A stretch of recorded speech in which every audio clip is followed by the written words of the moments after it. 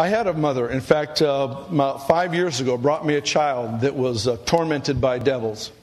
And I remember I was in Southern California, and that child scratched at me and clawed and manifested devils. And I prayed and bound and did what I knew to do, and nothing happened. And the mother looked at me. I'll never forget it as long as I live. She looked at me and she said, "Isn't there anyone here that can help me?" Why did that mother bring the child to me? Because I represent someone who's absolutely perfect, knows no lack of power, and is absolutely willing to bring deliverance. Would it be reasonable for us to come to the conclusion that because I tried and didn't bring deliverance to the child, that it was God's will for that child to be tormented? But that is the theology of the masses. That is the theology that when you've tried and there's no answer, it must be God's will. And yet Jesus illustrated something completely different.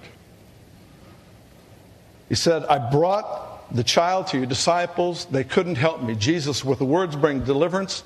The disciples take him aside and say, "How come we couldn't do it?" And he said, "This kind only comes out by prayer and fasting." Jesus neither prayed nor fasted in that moment. He had a bank vault filled with time that he'd spent with the Father, breaking into the realms of heaven so that heaven could break into this world. Faith was exercised in the intimacy with God because, listen, the concept of spiritual warfare is one that we know very little about. Jesus engaged the demonic power and brought defeat to the power. How? Not because he was God. That's not a contest. He was a man in right relationship with God. That was the illustration. He had put divinity aside and he stood there as a human being completely dependent on the Father. And he was modeling for us what would be possible for every person that would be yielded to the Spirit of God and be completely free of sin. And so Jesus stood there and brought deliverance as a testimony to what? This is the result of intimacy with the Father.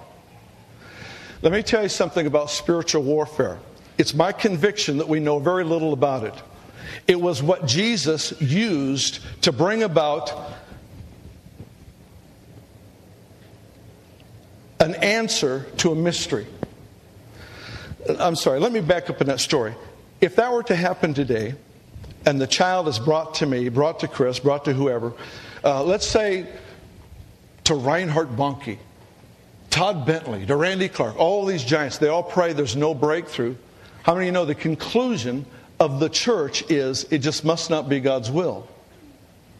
And yet that's not biblical because Jesus decided 2,000 years ago to make the purchase. He can't unpurchase what he bought.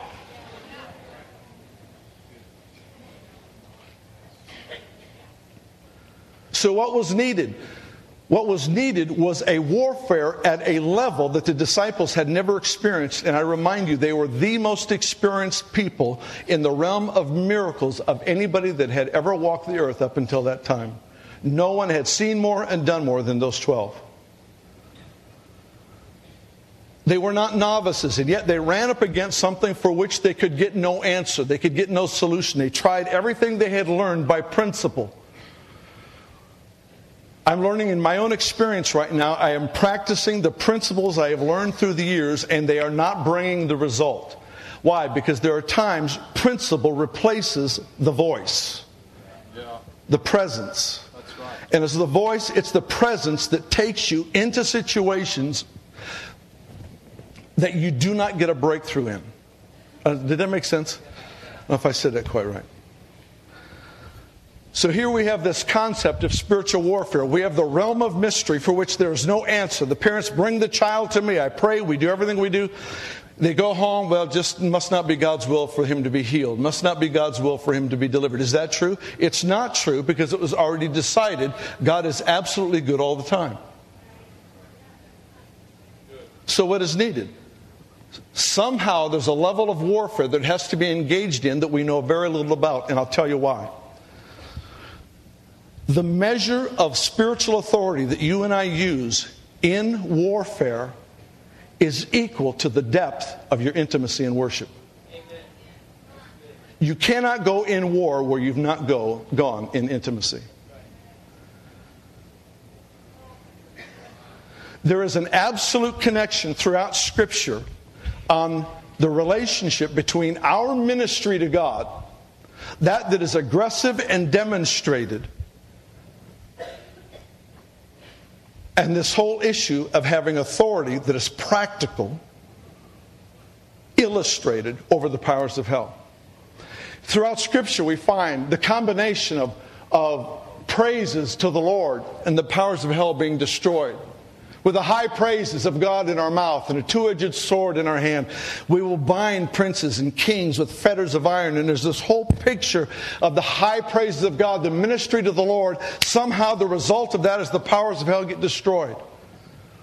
This is a great city with great churches, and all across this city today, people are coming into the house of the Lord and giving praise. But I want to tell you something that saddens my heart. That in this room and in churches all across this city, is that people have come into the house of the Lord without an offering, without a sacrifice to give. There are people who come in 20, 30 minutes late because they don't want to have to endure such a long song service, because they've never caught the fact they have been given the privilege to enter into a place of engagement with God that is so privileged. It is such a place of honor to come and to minister personally to Him. The result of it is an authority that is practical and can be demonstrated against the power of hell. But you cannot go into depths of warfare if you've not gone into depths of intimacy and worship.